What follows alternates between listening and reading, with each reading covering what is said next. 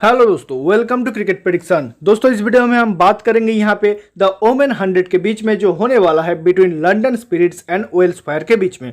काफ़ी interesting match है। आज दो मैच है, वोमेन मैच का और मैन मैच का भी दो मैच है। तो देखते हैं कितने मैचेस कवर कर पाते हैं यहाँ पे।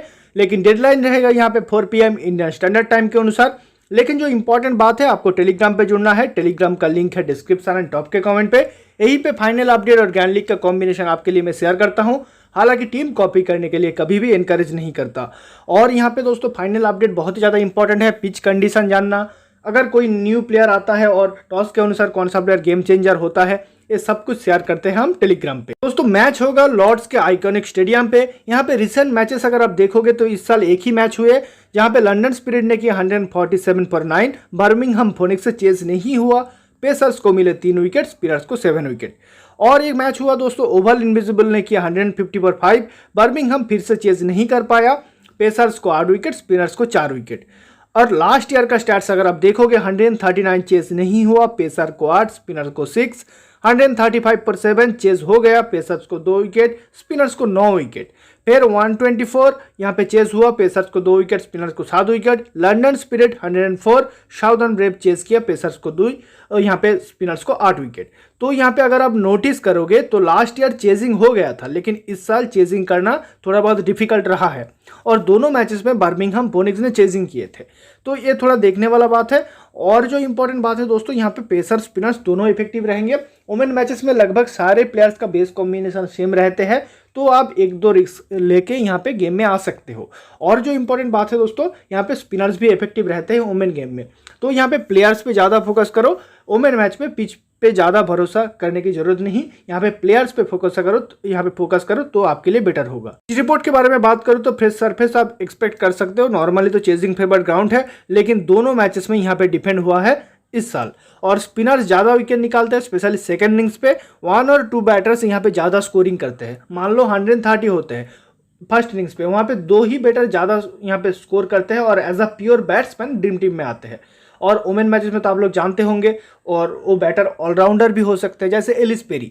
बाई चांस एलिस पेरी खेलते हैं और वो टीम के हाई स्कोरर बनते हैं, लेकिन वो ऑलराउंडर है, बॉलिंग के भी वैल्यू देते हैं। लेकिन ऑलराउंडर हो या ना हो, मेनली 2-3 बैटर ही ज्यादा स्कोर करते हैं, ये मैंने नोटिस किया है। दोस्तों बात करते हैं लंदन स्पिरिट के बारे में, तो मेग लैनिंग एंड जॉर्जिया रेडमाइने दोनों ऑस्ट्रेलियन खिलाड़ी यहाँ पे ओपनिंग करेगी। मेग लैनिंग तो काफी यहाँ पे एक्सपीरियंस क्रिकेटर है और यहाँ पे लेजेंडरी क्रिकेटर रह चुके हैं और परफॉर्मेंस देने चाहिए। क्वालिटी इनिंग्स खेले थे लास्ट मैच में।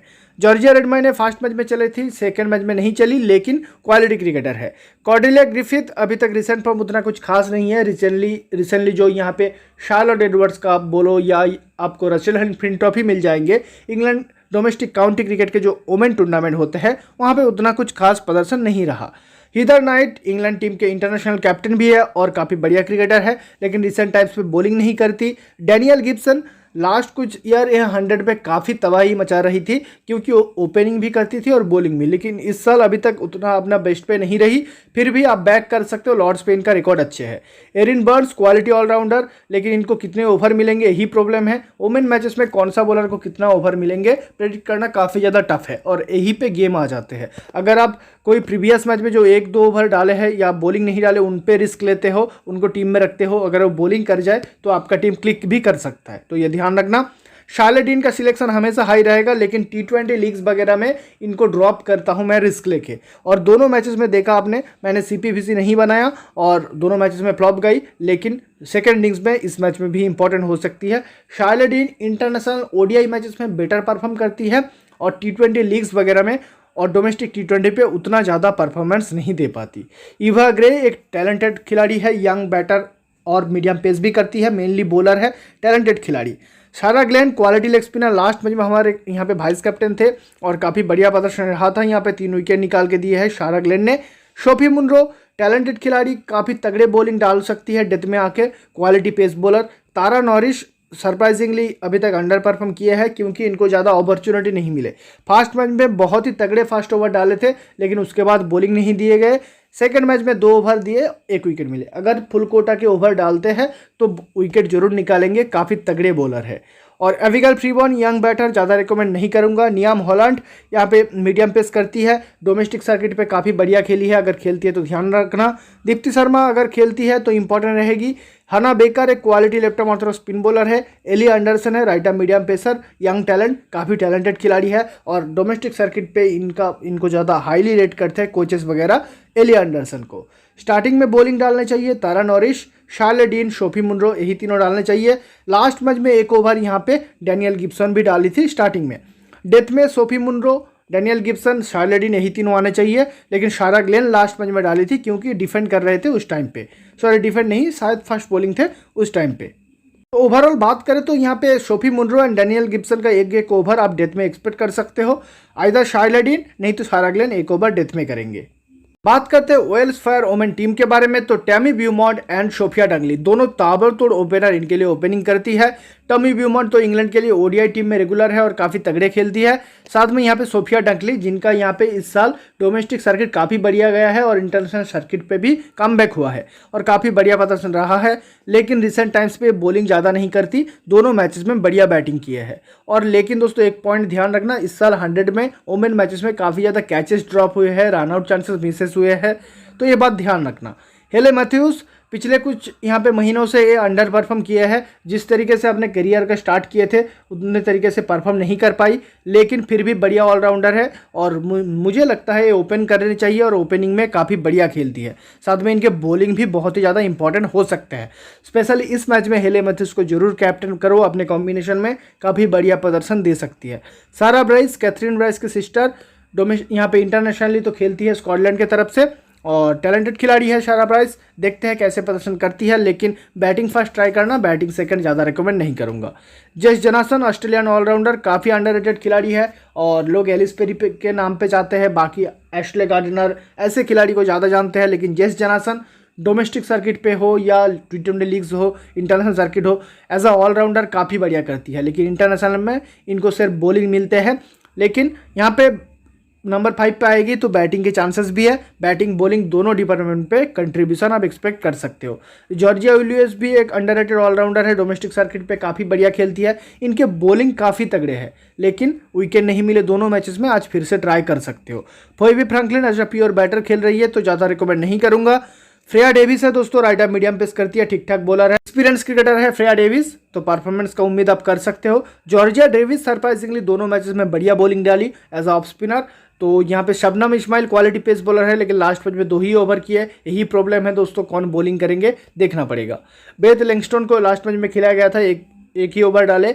और एला मेगन लास्ट यहाँ पे उससे पहले खेली थी, लेकिन यहाँ पे मिडिल ऑर्डर पे खेलेगी, बैटिंग के चांसेस कम है और ज़्यादा रिकॉर्ड भी अच्छे नहीं है। बाकी प्लेयर के बारे में बात करूँ तो एमिली विंडसर मिडिल ऑर्डर पे आती है और ठीक ठाक बैटिंग रिकॉर्ड है। एलेक्स ग्रिफिथ्स एक्सपीरियंस है, थोड़ा बैटिंग थोड़ा बॉलिंग एक्सपेक्ट कर सकते हो, लेकिन ज़्यादा रिकमेंड नहीं करूंगा। केट कोपा का एक यंग खिलाड़ी है, डोमेस्टिक सर्किट पे ठीक ठाक खेली है। और क्लेयर निकोलस के बारे में बात करूँ तो इनके पास एक्सपीरियंस है, अगर खेलती है तो ध्यान रखना, काफ़ी अच्छी बॉलर है। स्टार्टिंग में शबनम इस्माइल डालने चाहिए, फ्रेया डेविस डालेगी और जेस जोनासन डालेगी। डेथ में इस्माइल का 1 ओवर कंफर्म्ड है, जेस जोनासन डाल सकती है, नहीं तो हेले मैथ्यूज डाल सकती है। हेले मैथ्यूज दोस्तों स्टार्टिंग में भी बॉलिंग कर चुकी है पास्ट में, तो देखते हैं टीम इनको स्टार्टिंग में बॉलिंग देते हैं कि नहीं। दोस्तों सामने एक लेफ्ट हैंडर है, जॉर्जिया रेडमाइन है, तो यहाँ पे हेले मैथ्यूज को टीम चाहे तो यहाँ पे अपॉर्चुनिटी दे सकते हैं पावर प्ले में बॉलिंग करने का। Overall head to head record and ground stats अगर आप देखोगे तो यहाँ पे इंपॉर्टेंट जो प्लेयर है एक बार मार्क कर देता हूँ। हीदर नाइट इस हेड टू हेड में ठीक ठाक खेली है, इस ग्राउंड पे भी ओवरऑल रिकॉर्ड अच्छे है। और बाकी प्लेयर में से शार्लेट डीन्स का 3 मैच में 2 विकेट, लेकिन इस ग्राउंड पे शार्लेट डीन्स का रिकॉर्ड उतना कुछ खास है नहीं। डैनियल गिब्सन का बढ़िया रिकॉर्ड है, हेड टू हेड में भी और ग्राउंड पे भी बढ़िया record with the bat with the ball. Sarah Glenn surprisingly head to head में रिकॉर्ड उतने कुछ खास नहीं, लेकिन लॉर्ड्स पे काफ़ी बढ़िया बॉलिंग डालती है शारा ग्लेन। दीप्ति शर्मा अगर खेलती है तो इंपॉर्टेंट रहेगी, बढ़िया बॉलिंग डाली है।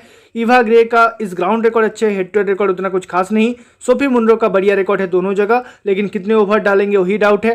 तारा नॉरिस का हेड टू हेड रिकॉर्ड खास है नहीं, लेकिन इस लॉर्ड से भी उतने कुछ खास प्रदर्शन नहीं रहा। लेकिन इंपॉर्टेंट बात यह है, अगर ओवरकास्ट कंडीशन रहते हैं, थोड़ा बहुत ग्रीनरी रहते हैं पिच पे, जो कि मैं एक्सपेक्ट नहीं कर रहा। द 100 एंटरटेनमेंट पर्पसेस के लिए ही टूर्नामेंट है, तो यहाँ पे ज़्यादा ग्रासेस नहीं होगा पिच पे, फ्लैट सरफेस ही होगा, तो यहाँ पे तारा नॉरिस उतना ज़्यादा शायद इफेक्टिव ना हो, लेकिन बाई चांस ओवरकास्ट कंडीशन हो जाए तो तारा नॉरिस तगड़े स्विंग करा सकती है। बॉलिंग एक्शन काफ़ी अच्छे है, स्विंग बॉलिंग के लिए बढ़िया है। बाकी प्लेयर में से वेलिंगटन की तरफ से बात करें तो यहाँ पे ब्यूमॉन्ट का ओवरऑल रिकॉर्ड अच्छे है, इस ग्राउंड पे भी अच्छे खेले हैं। और हेले मैथ्यूज का बढ़िया रिकॉर्ड, हेले मैथ्यूज इस ग्राउंड पे इस टूर्नामेंट से पहले नहीं खेली। सोफिया डगली का बढ़िया रिकॉर्ड है दोस्तों, हालांकि लॉर्ड्स पे उतना ज़्यादा इफेक्टिव नहीं रहे, लेकिन रिसेंट फॉर्म अच्छे है। बाकी प्लेयर में से आप नोटिस करोगे तो जॉर्जिया इलुइस का ठीक ठाक रिकॉर्ड है, इस ग्राउंड पे भी हेड टू हेड में भी। एलेक्स ग्रिफिथ्स का हेड टू हेड रिकॉर्ड उतना कुछ खास नहीं। फ्रिया डेविस का बढ़िया रिकॉर्ड है, इस ग्राउंड पे एक्सपीरियंस है, बढ़िया रिकॉर्ड तो नहीं लेकिन एक्सपीरियंस है। इस्माइल का बढ़िया रिकॉर्ड है। क्लियर निकोलास का नॉर्मल रिकॉर्ड, 2 मैच में 2 विकेट निकाल चुकी है हेड टू हेड में। दोस्तों फिलहाल ऐसा कुछ बेस कॉम्बिनेशन सोचा है, लेकिन ये फाइनल कॉम्बिनेशन नहीं है। फाइनल अपडेट आपको मिलेंगे टेलीग्राम पे। और टॉस बहुत ही ज़्यादा इंपॉर्टेंट रोल प्ले करेगा इस मैच में। वेदर कंडीशन भी देखना होगा, फाइनल पिच भी देखना होगा, उसके बाद डिसाइड करेंगे कौन सा प्लेयर को ड्रॉप करना है, किस पे रिस्क लेना है। क्योंकि वुमेन मैचेस में लगभग सारे प्लेयर्स का फैंटेसी के मामले में सेम कॉम्बिनेशन होगा, सिर्फ कैप्टन वाइस कैप्टनसी पे गेम आ जाएगा। तो आपको रिस्क लेना पड़ेगा, अगर आप खेलना चाहते हो रिस्क लेके ही खेलो और मिनी ग्रैंड लीग टारगेट करो तो आपके लिए बेटर होगा। पहले टीम डिस्कस कर लेते हैं, उसके बाद एनालिसिस पार्ट पे फोकस करेंगे, which is very important. Analysis part पे हम बात करेंगे कौन सा प्लेयर को किस सिचुएशन पे ड्रॉप करना है, किसको रिस्की लीग्स में ट्राई करना है, तो मिस मत करना, आपके लिए हेल्पफुल हो सकता है। विकेट कीपिंग सेक्शन पे ब्यूमॉन्ट को फिलहाल लेके चला है और रेडमाइने को भी, दोनों को मैं रखने का यहाँ पे कोशिश करेंगे, देखते हैं कॉम्बिनेशन क्या बैठता है। मैगलैनिंग मेरे कॉम्बिनेशन में होंगी, हीदर नाइट होंगी, specially batting fast. Sophia Dunkley इस मैच में फ्लॉप हो सकती है, लेकिन मैं बैक करना चाहूँगा क्योंकि रिसेंट फॉर्म भी बढ़िया है और इस ग्राउंड पे यहाँ पे हेड टू हेड में रिकॉर्ड भी अच्छे हैं। हेले मैथ्यूज मेरे कॉम्बिनेशन में होंगी, डैनियल गिब्सन होंगी। बॉलिंग सेक्शन पे मैं रिस्क लूंगा, कौन पहले बॉलिंग करता है कौन बाद में देखना पड़ेगा। फिलहाल जेस जोनासन होंगी, इस्माइल बॉलिंग फर्स्ट जरूर होंगे, बॉलिंग सेकंड में ड्रॉप करूंगा। सारा ग्लेन दोनों कंडीशन में होंगी और सीपीवीसी ऑप्शन भी आपके लिए, कैप्टन वाइस कैप्टनसी ऑप्शन है रिस्की लीग्स के लिए सारा ग्लेन। जॉर्जिया डेविस को मैं फिलहाल लेके चला हूँ, यहाँ पे सेफ ऑप्शन है एरिन बर्न्स एंड शार्लेडिन। आप किसी को भी यहाँ पे ट्राई कर सकते हो, लेकिन मैं फिलहाल दोनों को ड्रॉप करने का रिस्क लिया हूँ। मैं मानता हूँ रिसेंट टाइम्स में मेरा रिस्क काम नहीं कर रहा, लेकिन मैं रिस्क लेके ही खेलना पसंद करूंगा क्योंकि सेफ कॉम्बिनेशन से एंट्री भी रिटर्न मेरे से नहीं होगा, इसीलिए मैं थोड़ा बहुत रिस्क लेके खेलूंगा। कैप्टन वाइस कैप्टनसी की बात करें तो यहाँ पे हेले मैथ्यूज कैप्टनसी के बेस्ट ऑप्शन है मेरे हिसाब से, और डैनियल गिब्सन मेरा रिस्की वाइस कैप्टनसी ऑप्शन है। आप चाहो तो सेफ जा सकते हो। लोग क्या करेंगे यहाँ पे, जेस जोनासन के साथ जाएंगे, कुछ लोग यहाँ पे बैटर यानी कि सोफिया डंकले, नहीं तो मैगलैनिंग के साथ जाएंगे, हीदर नाइट के साथ भी जा सकते हैं। लेकिन बात करें मिनी ग्रैंड लीग में रिस्क कहाँ से ले सकते हो, यहाँ पे गिब्सन पे मैंने रिस्क लिया है, स्पेशली बॉलिंग फर्स्ट डेथ में आती है, इसीलिए गिब्सन पे मैं जरूर रिस्क लूंगा। और वुमेन मैचेस में डेथ पे विकेट गिरते हैं तो रिस्क लेना बनता है। सारा ग्लेन पे एक बढ़िया वाइस कैप्टन से रिस्क ले सकते हो आप। जेस जोनासन तो है ही अच्छे option. Batting first Heather Knight as a captain vice captain try किया जा सकता है। नॉर्मली मैं वाइस कैप्टन से ट्राई करूंगा क्योंकि वुमेन मैचेस में जनरली ऑलराउंडर्स पे ही भरोसा रखना चाहिए। तो ये था दोस्तों फिलहाल बेस कॉम्बिनेशन, बाकी अब एनालिसिस पार्ट पे फोकस करते हैं। तो विकेट कीपिंग सेक्शन की बात करें तो रेडमाइने एंड टिमी ब्यूमॉन्ट को मैं लेके चला हूँ फिलहाल, लेकिन रिस्क ले सकता हूँ किसी एक पे, देखना पड़ेगा कौन पहले बैटिंग करता है कौन पहले बॉलिंग। ब्यूमॉन्ट ओवरऑल अच्छी बैटर है, परफॉर्मेंस दे सकती है, लेकिन ये जल्दी जल्दी आउट भी हो सकती है। रेडमाइने उस हिसाब से क्वालिटी परफॉर्मर है, कॉन्सिस्टेंट खिलाड़ी, तो उनको बैक किया जा सकता है। बैटिंग सेक्शन पे डंकले इस मैच में फ्लॉप होने के चांस है, ग्रैंड लीग में जरूर ड्रॉप करके चलो। हीदर नाइट मैगलैनिंग दोनों बैटिंग फर्स्ट मेरे कॉम्बिनेशन में होंगी। मैगलैनिंग तो चेजिंग के टाइम पे होगी, लेकिन heather night mainly batting first होगी। चेजिंग के टाइम पे आप रिस्क लेकर ड्रॉप करके एक बॉलर बढ़ा सकते हो। बाकी प्लेयर को मैं ज़्यादा रिकमेंड नहीं करूँगा। ऑलराउंडर सेक्शन पे काफ़ी रिस्की पिक है। हेले मैथ्यूज मेरे कॉम्बिनेशन में होंगी, गिब्सन मेरे कॉम्बिनेशन में होंगी। एरिन बर्ड्स पे मैं रिस्क लिया हूँ, लेकिन इस ग्राउंड पे स्पिनर्स थोड़े बहुत चल जाते हैं, तो चाहो तो ले सकते हो। सेम गोज विद शार्लेडिन का सिलेक्शन हाई हो जाएगा। लोग फर्स्ट मैच से इनको कैप्टनसी दे रहे थे, लेकिन मैंने ड्रॉप किया था। आप चाहो तो इनको ले सकते हो। इस मैच में शार्लेडिन 1-2 विकेट निकाल सकती है, क्वालिटी स्पिन बॉलर है। लॉर्ड्स पे ऑलरेडी 2 मैचेस हो चुके हैं, तो स्पिन होगा तो शार्लेडिन को बैक किया जा सकता है। मैं मानता हूँ T20 लीग्स में ज़्यादा परफॉर्मेंस नहीं दे पाती, लेकिन 1-2 विकेट आपके लिए गेम चेंजर हो सकते हैं। तो शार्लेडिन ट्रायबल ऑप्शन इस मैच में। दीप्ति शर्मा खेलती है तो जरूर ट्राई करो, और कैप्टन वाइस कैप्टनसी ऑप्शन भी है।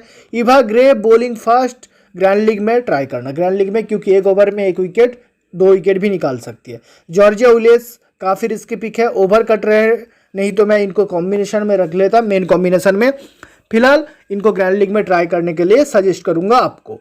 बॉलिंग सेक्शन पे चलते हैं। Tara Norris bowling first, grand league में, मेगा लीग में जरूर ट्राई करो। इधर ये विकेटलेस जाएगी, एक ओवर ही बॉलिंग करेगी, नहीं तो ये 3-4 विकेट भी निकाल सकती है, तो डायरेक्ट कैप्टनसी भी आप दे सकते हो। सोफी मुनरो और इसकी पिक जरूर मैं ले सकता हूँ, स्पेशली बॉलिंग फर्स्ट, क्योंकि डेथ में बॉलिंग करने आती है। फ्रेया डेविस मैं ज़्यादा रिकमेंड इस मैच के लिए नहीं करूंगा। बेथ लैंगस्टन ज़्यादा रिकमेंड नहीं करूंगा। एली एंडरसन खेलती है तो यंग बॉलर है, जरूर ट्राई करो, स्पेशली यहाँ पे बॉलिंग फर्स्ट। और बाकी प्लेयर में से जोनासन रहेगी, सारा ग्लेन रहेगी, डेविस एंड इस्माइल डिपेंड करेगा कौन पहले बॉलिंग करता है, कौन पहले यहाँ पे बैटिंग। इस्माइल बॉलिंग सेकंड में ड्रॉप करने का रिस्क ले सकता हूं। डेविस को शायद बॉलिंग फर्स्ट ड्रॉप करूंगा, बॉलिंग सेकंड में लेके चलूंगा।